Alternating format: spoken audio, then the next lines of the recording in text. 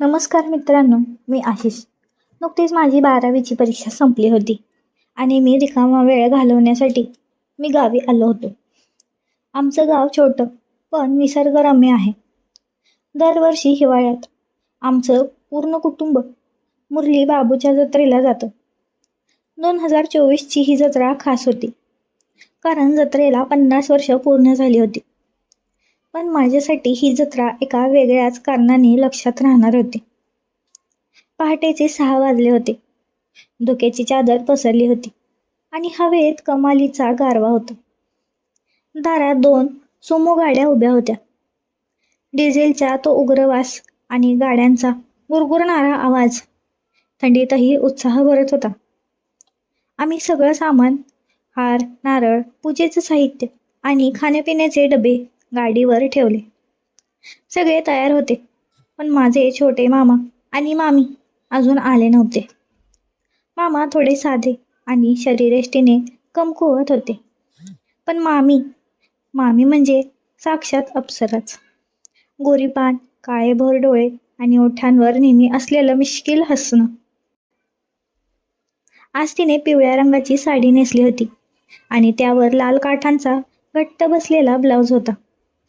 साडी तिच्या अंगावरती इतकी छान बसली होती की तिची प्रत्येक हालचाल नजर खेचून घेत होती. गाडीत आधीच 12 लोक बसले होते. जागा नव्हतीच. मामा समोर बसली.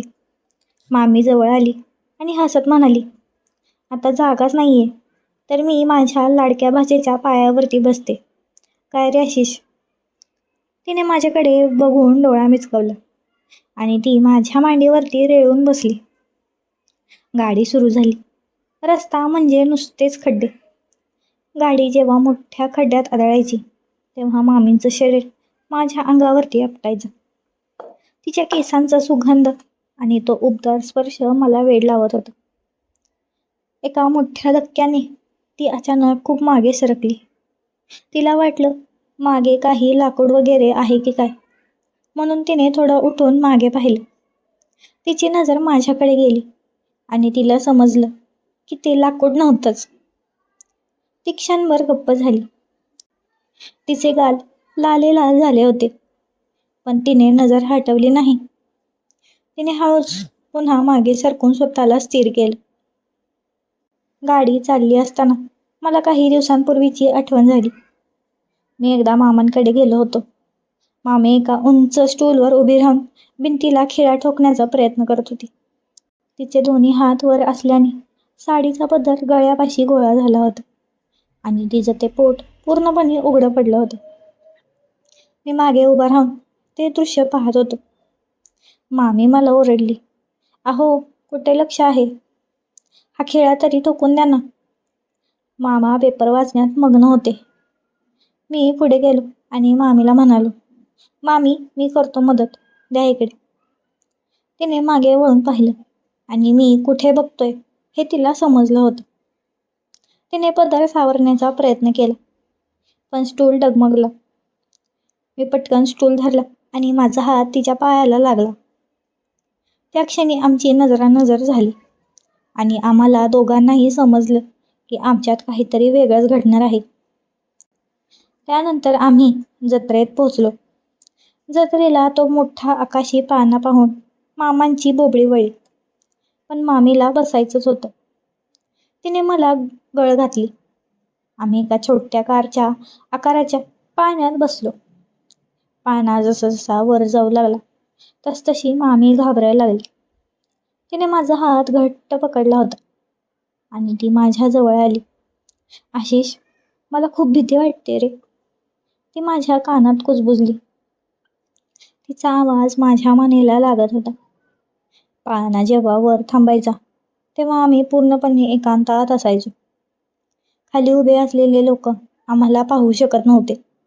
त्या उंचीवर वाऱ्याच्या झुळुकीत मामीने हळूच माझं डोकं तिच्या खांद्यावरती घेतलं.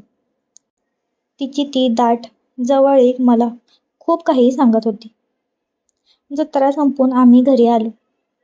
मामांना रात्री शेतात पाणी द्यायला जायचं होतं. ते टॉर्च घेऊन निघाले. घरात आता फक्त मी आणि मामीच होतो. मुलं तर झोपली होती. आम्ही हॉलमध्ये टी व्ही बघत होतो. मामीने कहाणी घर घर की ही मालिका लावली होती, पण तिचं लक्ष टी व्हीकडे नव्हतंच. ती म्हणाली, आशिष, गाडीत तू काय करत होतास रे?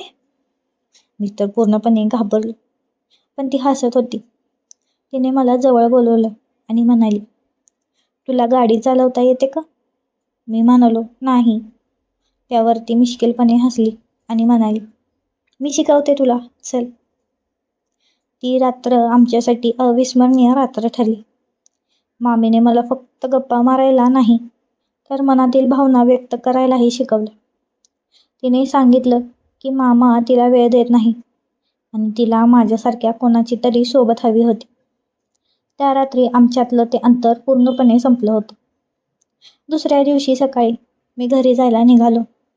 मामा शेतातून परतले होते. मामीने मला पुन्हा थांबून घेतलं. अरे, अजून 1 आठवडा थांब ना. मामांना शेतात काम आहे आणि तुला अजून बरंच काही शिकायचं आहे, ती डोळा मारत म्हणाली. मामांनीही संमती दिली. पुढचा 1 आठवडा माझ्यासाठी स्वर्ग होता. दररोज रात्री मामा शेतात जायचे आणि मी आणि मामी आमची गाडी चालवण्याचे प्रयोग करायचो. तिने मला अशा अनेक गोष्टी शिकवल्या ज्या पुस्तकात नसतात. मित्रांनो, ही कथा इथे संपत नाही. जर तुम्हाला भाग 2 हवा असेल तर कमेंटमध्ये भाग 2 नक्की लिहा आणि चॅनलला सबस्क्राईब करायला विसरू नका. भेटूया अशाच एका गोष्टीमध्ये. तोपर्यंत धन्यवाद.